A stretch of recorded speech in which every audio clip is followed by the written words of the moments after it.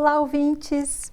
Estamos aqui com mais um programa Por Dentro da Pós, uma iniciativa da Pró-Reitoria de Pós-Graduação, Pesquisa e Extensão do Centro Universitário Internacional Uninter.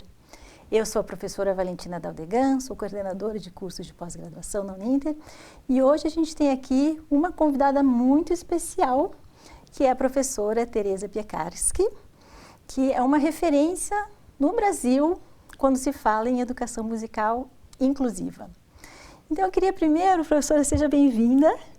Muito obrigada pela oportunidade, agradeço a você e ao Uninter e gostaria de aproveitar a oportunidade de fazer a minha descrição para as pessoas que não enxergam, que têm baixa visão. Eu sou uma pessoa morena, em torno de 1,70 m, tenho os cabelos cacheados, uso óculos, estou usando calça jeans, uma blusa de lã cinza, estou com em minhas mãos com uma cópia de um livro e ao meu lado direito está a professora Valentina. E eu tenho um sinal que me nomina, que me caracteriza, que me foi dado por uma pessoa surda, que foi uma aluna minha, que é esse o meu sinal. Obrigada, professora. Então, eu gostaria primeiro de agradecer novamente que você está aqui com a gente e que você falasse um pouquinho sobre a sua formação, como é que você foi trilhar, né, chegar nesse caminho, que é um caminho, eu falo, tão bonito, mas ao mesmo tempo tão espinhoso, né? Uma coisa linda da educação musical e ainda educação musical inclusiva. Como é que você chegou aqui? Bom, eu sou professora, fui muitos anos professora da educação básica, que envolve educação infantil, ensino fundamental e ensino médio. Nessa minha fase de atuação, eu sempre fui professora de música e professora de arte, na maioria das vezes na rede pública. E ser professor significa que você não escolhe seus alunos. Então, as crianças vinham, os estudantes vinham e nós tínhamos que pensar e refletir como trabalhar com essas pessoas, né? E pela minha experiência, não se falava nem em laudo ainda. Hoje nós temos um laudo que não resume o que é a pessoa, mas ajuda você a entender o funcionamento daquela pessoa, né? Como é que ela aprende, como é que ela vive, como é que ela se relaciona. Nós simplesmente tínhamos os alunos e tínhamos que dar conta. Então, além de ser professora de música da rede pública, também fui regente de coro infanto-juvenil e professora de flauta doce. Olha só. E aí depois a gente acabou estudando juntas, né? Exato. Daí, prosseguindo, porque professor não para, né? Você se forma numa licenciatura, daí você tem a formação continuada, geralmente orientado pelo próprio espaço de trabalho, né? Às vezes é rede pública, às vezes é rede particular. Mas professor continua estudando. Daí eu fiz o mestrado e o doutorado em música na linha de pesquisa de cognição e educação musical. E foi aí que eu me debrucei realmente sobre a educação musical inclusiva. Sim. E agora a gente que é o motivo especial da gente estar aqui com a professora Tereza hoje, é sobre um livro que a gente já vai falar daqui a pouquinho. E o tema do programa é esse, né? Educação musical inclusiva, anticapacitista e antipsicofóbica. Tereza, o que é exatamente isso? O que são esses termos? Se você pudesse explicar para a gente, para todo mundo que está ouvindo, conseguir entender aonde é que a gente está entrando. Então, normalmente as pessoas falam assim, é música para todos. É uma frase, né? É uma frase, é um chavão. Uma linguagem universal, música para todos. Sim. Certo. Aí você ou está na escola, ou você está num espaço cultural, num teatro, ou numa sala de concertos, e você recebe uma pessoa, por exemplo, que não enxerga. Como é que você faz para que essa pessoa enxergue ou no contexto cultural, enquanto fruidor, ou no contexto da educação, enquanto estudante, né? Você vai deixar ele no cantinho lá, bom, ele está incluído na sala? Não é isso, né? Então, educação musical inclusiva é aquela educação que observa como a pessoa é, como ela funciona e busca estratégias, métodos, recursos para que ela aprenda dentro das suas possibilidades. Isso, e para integrar mesmo a turma, né? Que é aquilo que você falou, às vezes ela está ali. E eu lembro uma vez, quando eu estava dando aula, não era nem para os alunos para as crianças, era para os alunos de graduação. E a gente tinha uma aluna surda. E era bonito como os alunos da turma mesmo pensavam nela. Às vezes eu até esquecia dessa aluna, apesar de a gente ter, né, a gente tinha o intérprete de Libras, tudo na sala. E aí eles me lembravam, olha, professora, mas tem a Dani também. E é bonito, assim, porque as próprias crianças, nem só as crianças, né? A turma geralmente quer colaborar também com esses alunos. É bem interessante porque, assim, o que acontecia? Historicamente falando, primeiro, essas pessoas foram marginalizadas, né? Na história antiga tem-se relatos, inclusive, de matarem as pessoas com deficiência. Depois essas pessoas chegavam a ser espetacularizadas, né? Iam para circos e tudo mais, porque era um espetáculo do diferente. Tá. Com o passar do tempo, já final do século XIX, século XX, essas pessoas existiam, mas a sociedade não queria enxergar. E as próprias famílias acabavam até escondendo essas pessoas. Elas eram até institucionalizadas, né? Muitas vezes iam até para manicômios sem motivo, né? Sem um laudo. Sem uma necessidade real, né? Aí depois vieram as guerras, grandes guerras. Como é que ia se fazer com esses heróis que voltavam amputados, mutilados, com questões psicológicas, com questões físicas sérias? Não tinha estrutura para suportar tudo isso, então tinha que dar um jeito de consertar essas pessoas. Aí que vieram aquelas instituições que buscam trabalhar especificamente aquela deficiência, tá? A perspectiva inclusiva vai além disso. Vai dizer que estas pessoas estão junto com os demais. O professor ou a sociedade, seja lá quem for que está se relacionando, vai ter que observar como que essa pessoa funciona, para depois, por meio da interação, haver aprendizagem ou fruição, né? Eu conheço uma menina de São Paulo, que ela é fruto da Fundação de Artes de São Caetano, que é uma referência. A menina é surda e toca flauta transversa. Uhum. Ela toca muitas vezes descalça e ela sente os harmônicos nas mãos.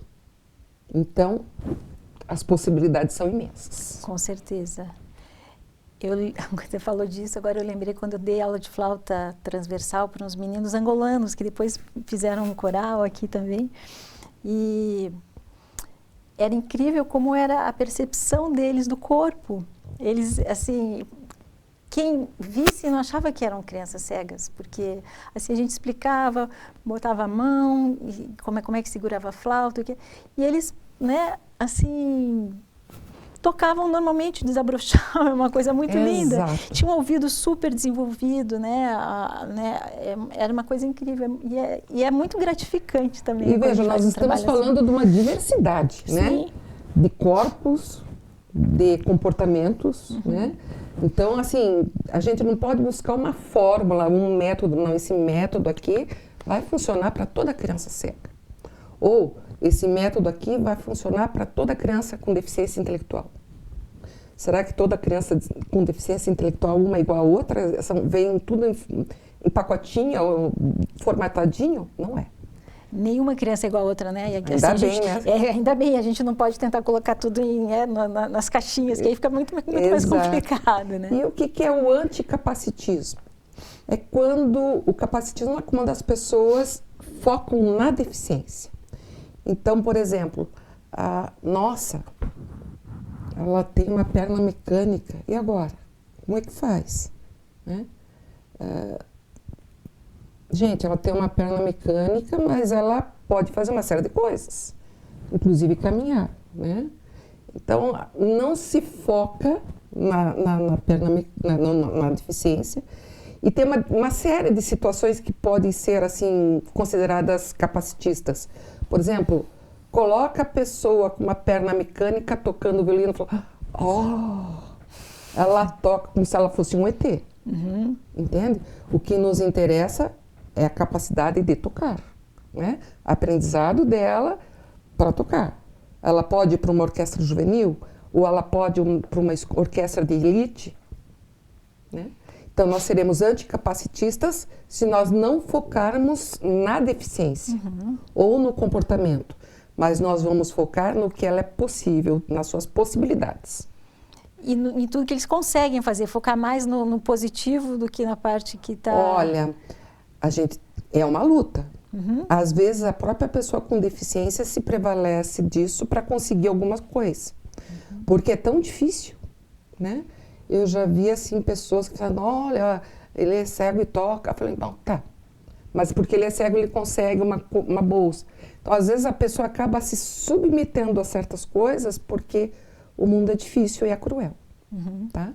E é a mesma coisa antipsicofóbico, né? Isso. As questões ligadas às doenças psíquicas. Tá?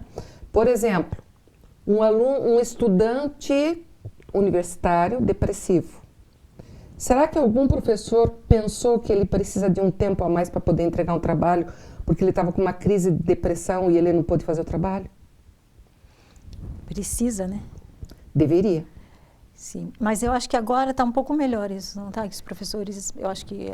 Existe uma mudança de pensamento, mas não é geral ainda. Tá? Então, nós teríamos que pensar nessas questões, porque a diversidade também das questões psíquicas é muito grande. Transtorno bipolar, eu estou falando dos mais conhecidos, né?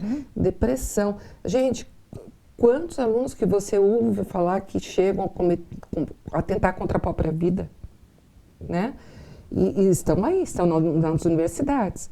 Então, será que esta pessoa está em condições, está tendo avaliação adequada? Não estou dizendo facilitada. Estou dizendo o instrumento de avaliação está sendo adequado para a condição psíquica dessa pessoa. Então, são reflexões que nós estamos fazendo no momento na educação musical em geral. E eu acho que na educação em geral, né?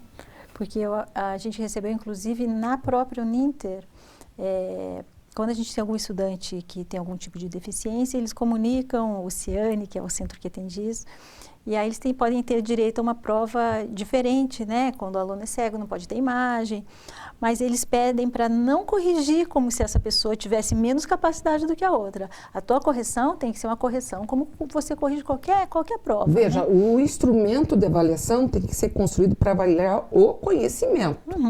Qual é o requisito para ele fazer essa prova? Ele tem que saber isso, isso, isso.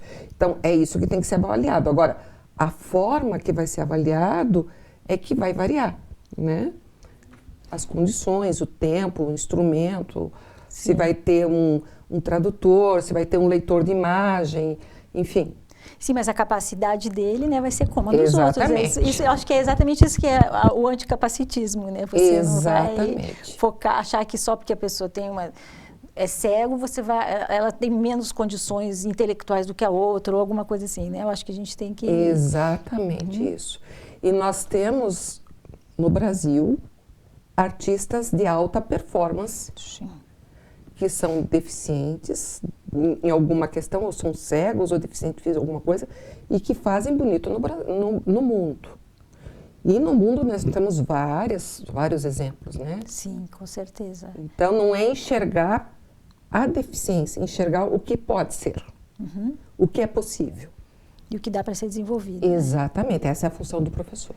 Sim, exatamente.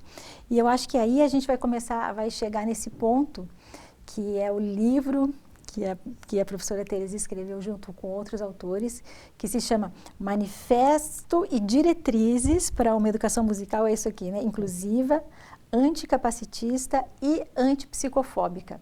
E é sobre esse livro que nós vamos falar depois do intervalo. Vamos então chamar o intervalo e, enquanto isso, vocês vão lá tomar um cafezinho. Depois a gente vai ter, inclusive, esse livro, só para deixar vocês sabendo, é possível baixar gratuitamente pela internet. A gente vai ter mais tarde um QR Code para vocês pegarem na própria tela e conseguirem baixar esse livro do site. Então, até daqui a pouquinho.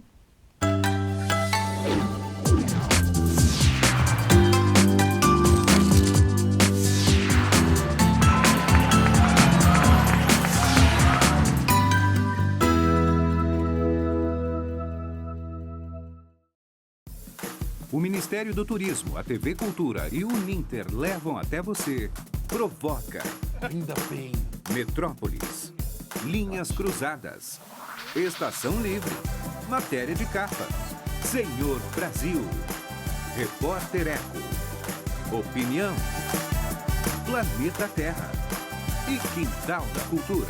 É muito legal. Aqui tem dramaturgia, sustentabilidade, documentários, música, inclusão, diversidade.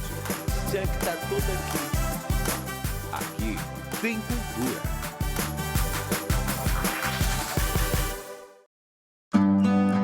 Sabe aquele sonho de ter um médico da família? Que conhece os seus hábitos? Está sempre pronto para cuidar bem da sua saúde? Com o Plano Pleno da Unimed Curitiba, você tem. E todo esse cuidado vai ficar ainda mais perto de quem mora em São José dos Pinhais. Com a nova unidade de atenção primária da Unimed na Rua Barão do Cerro Azul 1571, conheça. Aqui tem Plano Pleno com atenção primária à saúde. Aqui tem Unimed Curitiba. Acesse querounimed.com.br e saiba mais.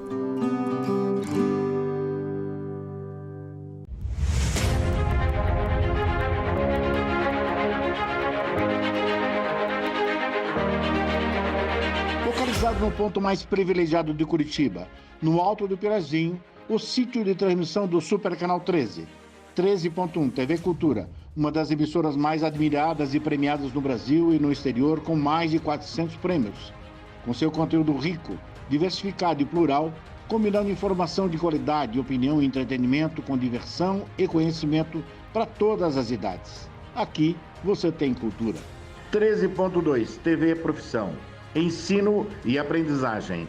É a televisão caminhando de mãos dadas com a educação, democratizando o acesso ao saber e contribuindo assim com a informação no pleno exercício da cidadania.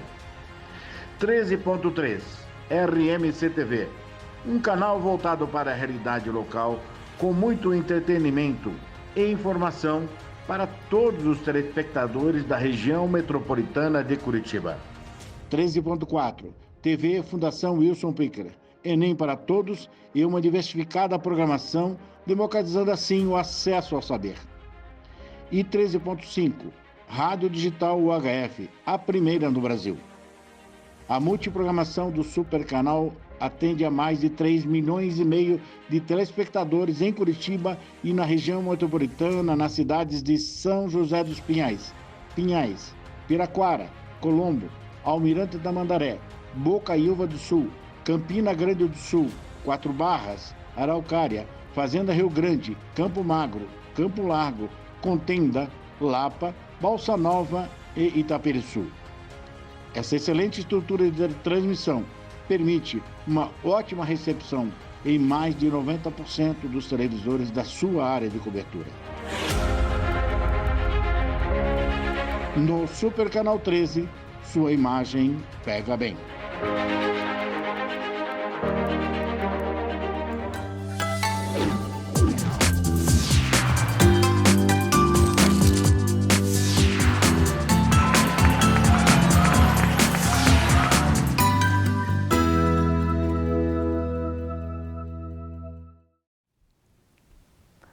Olá, estamos aqui de volta com o programa Por Dentro da Pós. E hoje estamos falando sobre educação musical inclusiva. E chegou o momento da gente falar sobre o livro que a professora Tereza Pecas, que foi uma das autoras, né, ajudou a escrever, que é um manifesto e diretrizes para uma educação musical inclusiva, anticapacitista e antipsicofóbica. Você pode mostrar como é que fica esse livro depois que está impresso, professora? Vou mostrar ali para a câmera. Olha, isso aqui é uma cópia que eu tenho do livro. Ele é um livro que está sendo disponibilizado gratuitamente pelas autoras, né? Nós somos autores de diversos estados do Brasil, temos pessoas de Pernambuco, Minas Gerais, Rio de Janeiro, Santa Catarina, Espírito Santo, somos pesquisadoras, né, da área, temos também pessoas da saúde, do direito e familiares de pessoas com deficiência. Olha só. E a ideia de fazer esse livro foi uma ideia que surgiu durante um encontro da Associação Brasileira de Educação Musical, o Congresso Nacional de 2021, em que tinha um GT que discutia música, inclusão e capacitismo. E durante o grupo de trabalho, muitas discussões, e as pessoas chegaram à conclusão que só ficava na discussão, nós tínhamos que fazer algo de concreto, né? E aí a gente está com esse livro, só quero chamar a atenção, que vai ter agora, a gente vai botar ali no cantinho da tela, um QR Code. Por que a professora está com essa cópia? Porque, na verdade, esse livro, ele é um PDF disponível para todo mundo que quiser baixar. É gratuito. Então, você pode aproximar o celular ali no cantinho da tela e você vai ser direcionado para o site no qual você pode baixar esse livro e todo o conteúdo do livro. Então, então você já falou quem estava escrevendo. Então, como é que foi? Como é que é dividido esse livro? Olha, esse livro foi construído, né, com base em estudos e discussões. Então, nós primeiro... essas pessoas do GT continuaram o contato, cada um voltou para sua terra, vamos dizer assim, né? Daí lançaram também nas redes sociais um convite para quem quisesse participar, porque toda contribuição é bem-vinda, né? E foram informados, as pessoas se juntaram para discutir, e nós tínhamos um grupo para estudar só a questão de legislação, outra para estudar embasamento teórico, outra para fazer o censo brasileiro de pessoas com deficiência, as pessoas que estavam também nos grupos nas universidades, né? Um censo de estudantes com deficiência nos cursos de música, enfim. Depois dessas discussões, todos se juntaram para construir esse manifesto, em que nós apresentamos a legislação, alguns conceitos, essa diversidade de normas, né, e que existem, e as nossas diretrizes para que aconteça uma educação musical inclusiva. Tá? E nós tivemos também uma preocupação gráfica com ele, né? Isso que eu ia perguntar, porque ele é amarelo. Vocês vão baixar lá, vocês vão ver que tem um girassol, né, uma partitura.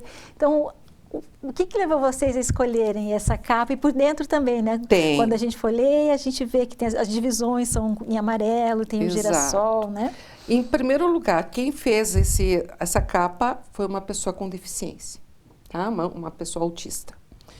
E o símbolo do girassol tem a ver com o símbolo das deficiências não visíveis, com as deficiências ocultas, né?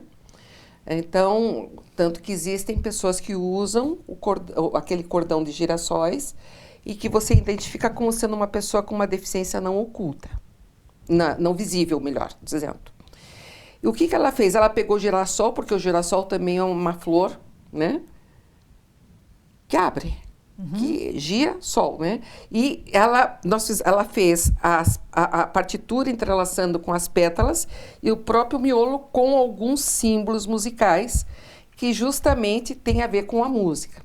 E a cor tem a ver justamente com a questão do atenção, né? Atenção, prestem atenção nisso aqui.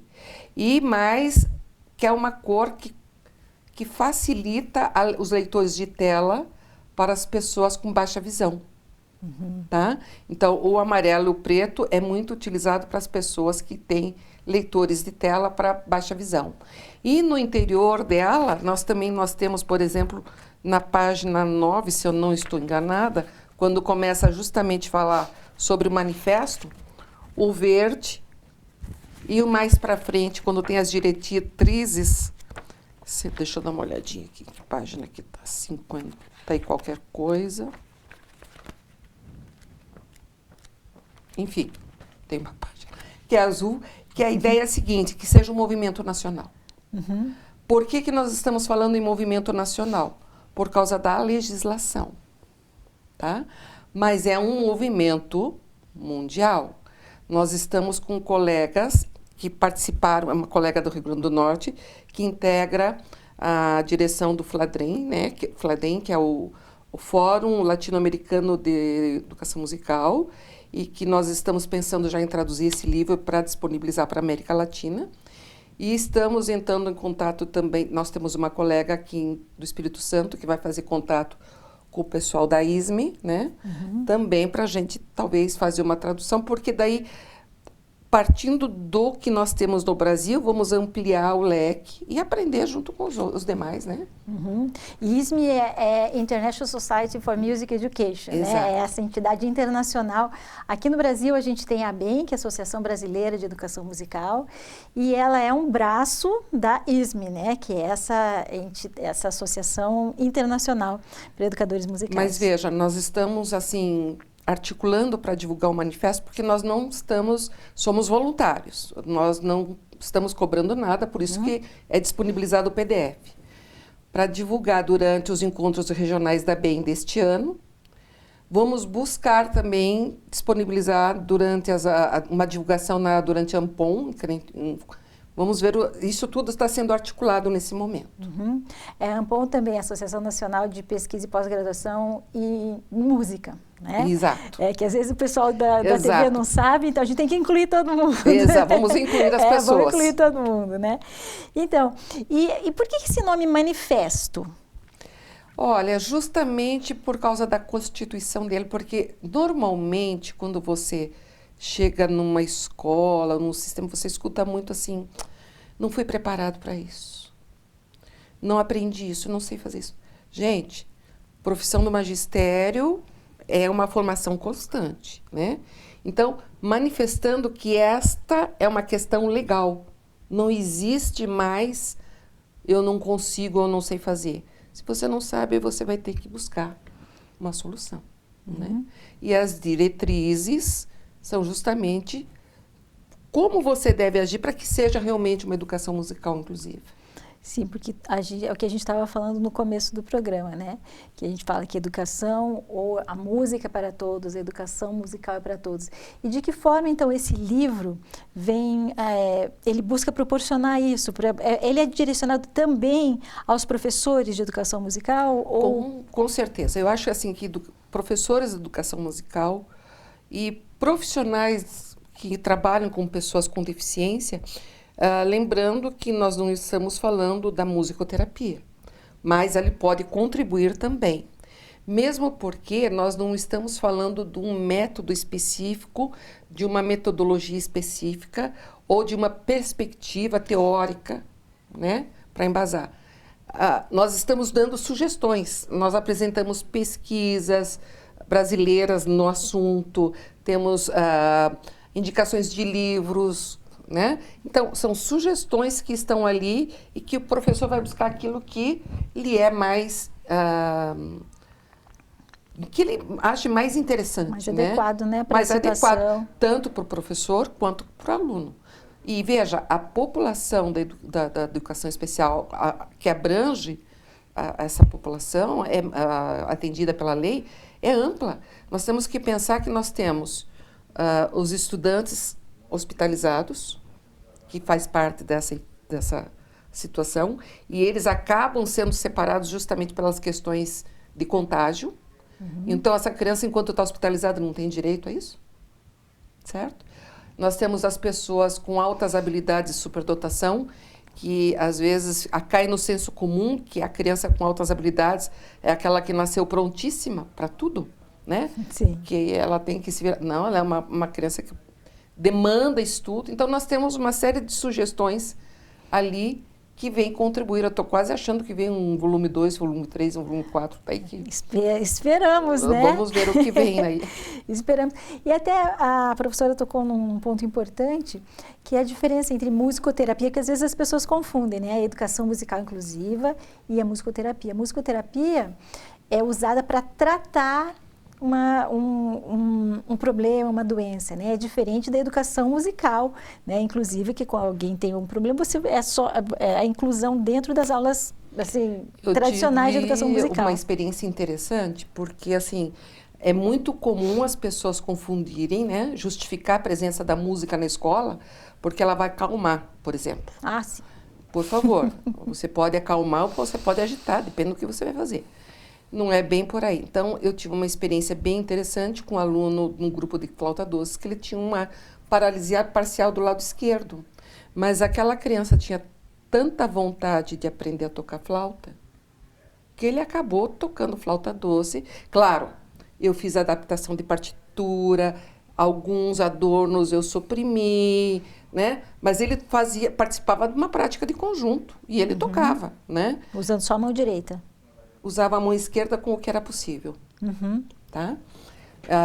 Dá trabalho isso, mas não é musicoterapia. Aí o médico dele disse, vou te mandar todos os meus alunos. Calma, eu falei, não, eu não sou terapeuta, né? Eu posso atuar como professora, isso sim, como terapeuta não. Sim, e claro que isso, né, Tereza, vai ajudar na autoestima da criança. Sim. Nossa, né, com certeza. Agora, exatamente, não é terapia, você não está tratando alguma coisa. Nem tenho conhecimento para isso, gente. Posso estragar tudo também, É né? bem diferente, né? Nossa. É importante as pessoas entenderem, né, essa diferença da educação musical e da musicoterapia, que é um trabalho clínico mesmo. Exato. A pessoa estuda para um trabalho clínico, né? Não basta você tocar piano muito bem, tocar flauta muito bem e dar assim, trabalhos de música na educação muito bons e achar que está tratando. Não está tratando, não. Você pode... eu tinha uma colega que chamava de valor extramusical, né? É uma consequência. Sim. Mas não é o meu objetivo. O meu objetivo é que ele toque prática de conjunto, que ele leia uma escala, que seja capaz, né? Dentro das suas possibilidades. Claro, inclusive a formação é outra, né? A formação do musicoterapeuta é uma formação muito diferente do educador musical, né? Muito diferente, porque trabalha essa parte clínica, né? Exato. Então, a gente está falando sobre a diferença de educação musical, musicoterapia, e pensando assim, mais na educação musical e na inclusão mesmo. Você acha que as escolas elas estão preparadas para esse tipo de inclusão? Eu digo, a gente é mais da área de música, né? A gente tem inclusão, muito se fala sobre inclusão, mas pensando mesmo na música, no curso superior, no ensino fundamental, na educação básica, você acha que como é que está isso? Assim, a gente pensando num tempo para trás, agora e pensando no futuro. O formato de trabalho, né, os materiais que são necessários, tudo vai depender do teu objetivo. Então, ensino superior é uma coisa, educação básica é outra. Eu vou dar um exemplo no ensino superior, mas que a gente pode transpor para a educação básica. Pessoas com deficiência visual, muitas vezes elas precisam da leitura braille, tá? Vamos dizer assim, que a leitura braille em partitura musibraille seria fundamental. Quantas pessoas que você conhece, quantas universidades que você conhece ou cursos de música que possuem uma biblioteca com partituras em musibraille? O mínimo. Os prédios, né? A questão arquitetônica. Será que todos possuem rampas de acesso para pessoas com dificuldade com mobilidade reduzida? Ou será que os banheiros são adaptados para essas pessoas? Porque o banheiro adaptado, gente, é uma questão de saúde pública. A pessoa que é cadeirante, por exemplo, que precisa de um banheiro, ela se apoia nas paredes, quando você vê, está todo mundo usando aquele banheiro. E o cadeirante não pode usar. Tá? Será que todos os prédios possuem um banheiro adaptado? Será que existe elevador para pessoas com dificuldade de locomoção? E às vezes é difícil, até no Brasil eu falei isso, porque às vezes a gente não, né, a gente tem condições tão precárias, né, no ensino, que a gente até poderia dizer que isso seria um luxo, mas não é um luxo, né? Isso é um direito. É um direito básico, né? É um direito, lei. Sim. Eu vou dizer uma coisa bem, talvez rude. Teve situações que me falavam assim, mas não tem verba para fazer tal coisa. E eu devolvo a resposta dizendo assim, bom, quando existe uma questão legal colocada como lei, eu acho que a gente tem que pensar no remanejamento de verbas para poder atender essas necessidades, né? Uhum. Então, assim, eu não vou dizer que está totalmente fechado, mas eu acho que está bem difícil. É um trabalho, assim, que as escolas, os ambientes educacionais não estão preparados para isso, não. E é por isso o manifesto. Por isso o manifesto, por isso que a gente vai... chega uma hora que você cansa de só falar. Uhum. Fala, vai todo o encontro da Associação Brasileira de Educação Musical, tem o GT de música, inclusão e capacitismo. Aí sempre fala a mesma coisa e você volta dali 2 anos, continua a mesma situação. Uhum. Então, chega uma hora que a gente fala assim, bom, até nós não colocamos aqui na frente o doutora, mas as organizadoras são todas doutoras. Uhum. Né? Não colocamos porque nós tínhamos pais, nós tínhamos pessoas que contribuíram e que a gente não quis limitar ou intimidar ou criar uma situação... Mas, gente, chega de discutir, né? Os pais sentem na pele, as famílias sentem na pele, né?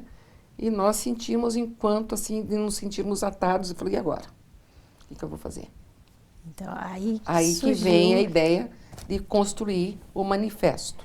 Puxa, e olha, é muito importante, então, essa participação da professora Tereza. Lembrando que vocês têm esse QR Code que vocês podem ainda acessar. Vamos ver se a gente consegue botar mais um pouquinho o QR Code aqui na tela.